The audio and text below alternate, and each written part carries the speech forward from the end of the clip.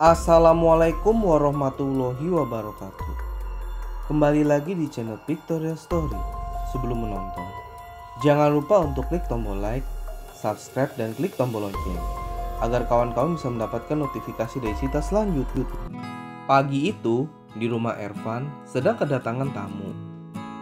Tak lain temannya semasa kecil dahulu, yaitu Harry dan Cantika. Ervan menceritakan kejadian yang sedang menimpa kompleksnya ini, yaitu diteror dengan hantu yang berpenampilan parlente kepada mereka berdua. Dewi juga ikut menceritakan kejadian hal yang sama saat dirinya berbelanja di sebuah supermarket dan sedang menonton televisi. Mendengar cerita Dewi, mereka berdua pun ikut turut prihatin dan berniat untuk membantu mengusir hantu tersebut agar kembali aman. Malam pun tiba. Di warung kopi milik Pak Samsul sedang ada nobar pertandingan sepak bola.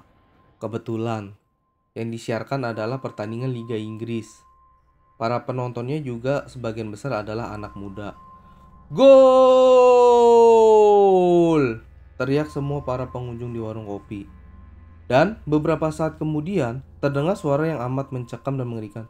Gol! Shh, suara apa itu ya? Iya, serem banget kayak dan teriak gol. Iya. Dan rupanya itu adalah sosok hantu menyeramkan dan parlente. Mas, aku boleh ikut nonton gak? Hehe.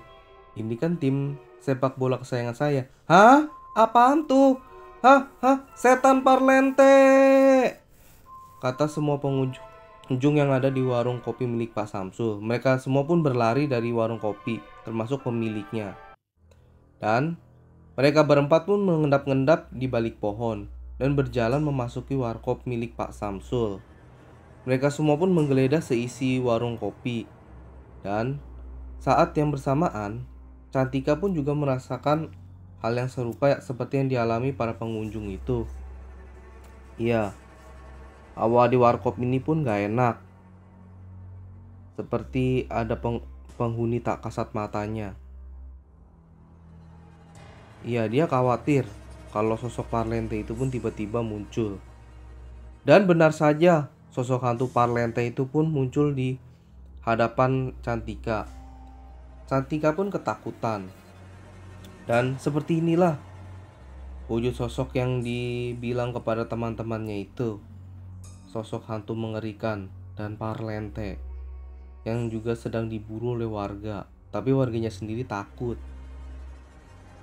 Lalu, tidak menunggu berapa lama, Cantika pun berlari tunggang langgang, meninggalkan temannya yang sedang menggeledah warung kopi itu. Dan ia pun berteriak mencari pertolongan.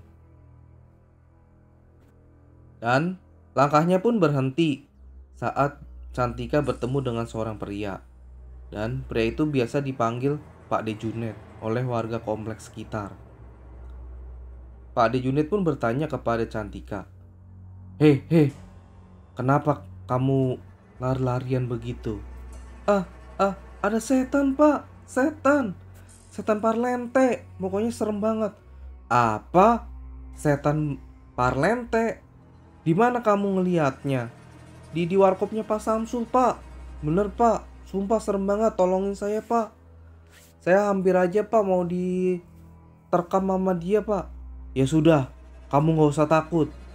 Kalau gitu, antarkan saya ke sana. Ya udah pak, ayo pak, saya udah takut pak.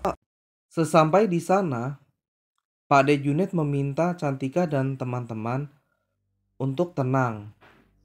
Lalu, Pak De Junet yang mengerti hal gaib mencoba berkomunikasi dengan hantu berpenampilan parlente itu. Lalu, si hantu itu pun menceritakan kalau semasa hidupnya, ia merupakan seorang pegawai di salah satu perusahaan yang tidak jauh dari komplek perumahan ini. Selama dirinya bekerja, ia mendapat perlakuan tidak menyenangkan dari pegawai lain. Karena merasa tidak tahan, ia pun melaporkan kejadian itu kepada atasannya. Dan setelah kejadian itu, saat dirinya pulang kantor, dirinya pun menjadi korban tabrak lari. Dan arwahnya pun tidak tenang dan bergentayangan sampai sekarang. Mendengar hal itu, Pak De Junet pun prihatin dan memintanya untuk tenang dan tidak usah meneror warga kembali.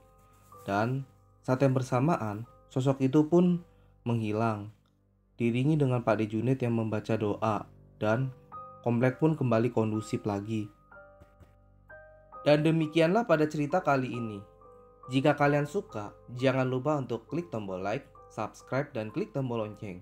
Sampai jumpa kembali dan nantikan video-video selanjutnya. Wassalamualaikum warahmatullahi wabarakatuh.